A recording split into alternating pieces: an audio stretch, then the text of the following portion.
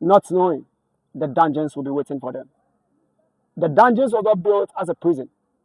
It was built as a warehouse and converted into a prison. So there was no ventilation. So your ancestors ate and they drank in their fecal matters. Imagine the stench in the dungeons. Diarrhea and dysentery was the disease of the day. You see, when God created us, God gave each one of us a companion. And that companion needs to stay with you no matter what. And that companion is our shadow. But do you believe that even at the dungeons, the shadows got scared? And the shadows said, no, I can't share this pain with you. Our ancestors knocked on the door of death and told death to come for them. But even death was scared of what was happening to them. And while they were in there, they decided to sink. And sometimes when it's time for them to die, they request to be given water. But nobody even gave them any water. So they used their own nails to scratch on the walls of the dungeons. And when the blood keeps coming up, they lick on their own blood before they could say goodbye. And when all these pains was happening to them, could you believe if I tell you what was on top of the dungeons?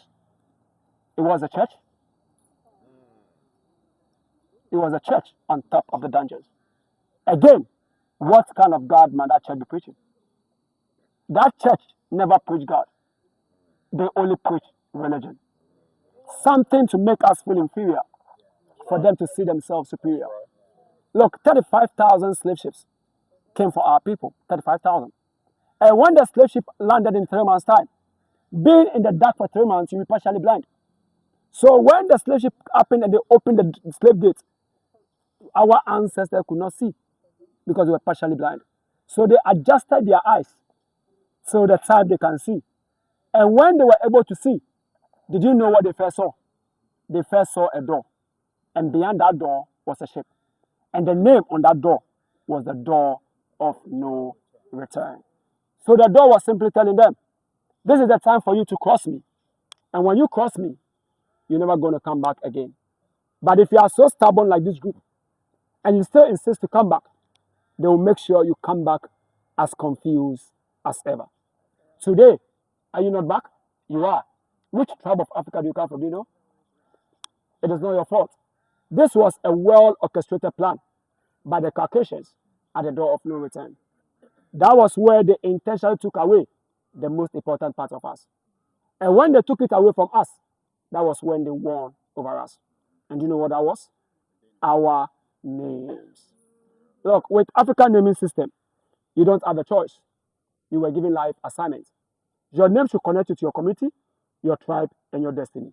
So even if I don't know this sister of mine, and she mentions his name to me, everywhere in this country, they will tell you exactly where she's coming from. So if all those names have been taken away from them, how do they start? A typical example is the movie The Root, whereby this man was beaten to the point of death to denounce his name from Kunte Kinte to Toby. Why?